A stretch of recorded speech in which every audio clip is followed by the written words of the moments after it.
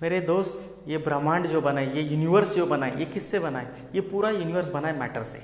Actually matter के अंदर होता क्या है? मैटर कैसे बनते हैं? मैटर बनते हैं एटम से। एटम्स के अंदर होते हैं 3 सब एटॉमिक पार्टिकल्स। एटम के अंदर जो 3 सब एटॉमिक पार्टिकल्स होते हैं वो होते हैं प्रोटॉन्स, न्यूट्रॉन्स, इलेक्ट्रॉन्स। प्रोटॉन्स और इलेक्ट्रॉन्स ये एटम के अंदर यहाँ पे आपको दिखते हैं। प्रोटॉन्स और न्यूट्रॉन्स ये न्यूक्लियस में होते हैं और इलेक्ट्रॉन शेल्स में होते हैं। इलेक्ट्रॉन पे निगेटिव चार्ज होता है, प्रोटॉन पे पॉजिटिव चार्ज होता है। क्लास 8 to 12 के बच्चों को बहुत कन्फ्यूजन होता है कि इलेक्ट्रॉन्स अगर उसके शेल्स में रिवॉल्व कर रहे हैं तो वो न्यूक्लियस में क्यों फॉल नहीं होते। न्यूक्लियस में कभी भी इलेक्ट्रॉन फॉल नहीं होते, उसके पीछे रीज़न है इलेक्ट्रोस्टैटिक फोर्स ऑफ अट्रैक्शन। इसका मतलब इलेक्ट्रॉन और प्रोटॉन के बीच में इलेक्ट्रोस्टैटिक फोर्स ऑफ अट्रैक्शन होता है, सेंट्रीपेटल फोर्स होता है। सेंट्रीपेटल फोर्स मतलब सेंटर सीकिंग फोर्स। ये फोर्स क्या करता है? इलेक्ट्रॉन्स को न्यूक्लियस की तरफ खींचता रहता है, मतलब बांधते रहता है, हमेशा बाइंडिंग करता रहता है। सिंपल एग्जांपल बताता हूँ। आपकी क्रश मतलब प्रोटॉन और इलेक्ट्रॉन्स मतलब आप। आपकी क्रश आपको नज़दीक भी नहीं आने देती, मतलब प्रोटॉन्स, और दूर भी नहीं जाने देती।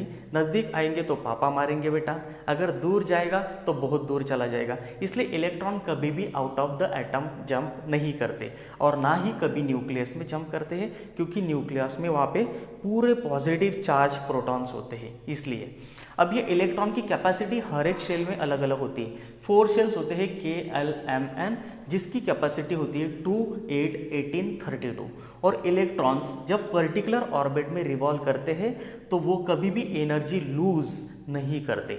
इसका मतलब वो एनर्जी लूज भी नहीं करते और गेन भी नहीं करते। लेकिन इलेक्ट्रॉन जब जंप करते हैं एक शेल से दूसरे शेल में, मतलब आउटर शेल से इनर शेल में इलेक्ट्रॉन जब जंप करेंगे तब वो एनर्जी लूज करेंगे। क्योंकि आप देखो आउटर शेल में इलेक्ट्रॉन ज़्यादा है, इसका मतलब आउटर शेल में एनर्जी ज़्यादा है। इसलिए इलेक्ट्रॉन जब आउटर शेल से इनर शेल में जंप करेंगे तो एनर्जी लूज करेंगे, और इनर शेल से अगर आउटर शेल में जंप करते हैं तो एनर्जी गेन करेंगे फ्रॉम सराउंडिंग। और यही बताया बोर एटॉमिक मॉडल ने। इसी तरह से एटम हमेशा स्टेबल होता है। बहुत सारे बच्चों को कन्फ्यूजन होता है कि एटम स्टेबल कैसे है, फिर उसके अंदर तो इलेक्ट्रॉन्स होते हैं और वो रिवॉल्व करते हैं, फिर वो जंप कर सकते हैं। नहीं कर सकते, क्योंकि इसके बीच में भी इलेक्ट्रोस्टैटिक फोर्स, सेंट्रीपेटल फोर्स होता है। और इसी तरह से आपकी क्रश भी आपको हमेशा ऐसे बाइंड करके रखती है और आप कभी भी आउट ऑफ एटम नहीं जा सकते और ना ही कभी न्यूक्लियस में जंप कर सकते। इसी तरह से एटम स्टेबल होता है, ये बता दिया बोर एटॉमिक मॉडल ने और क्लासिकल फिजिक्स ने। तो ये आपको समझना पड़ेगा कि पूरी दुनिया एटम से बनी हुई है।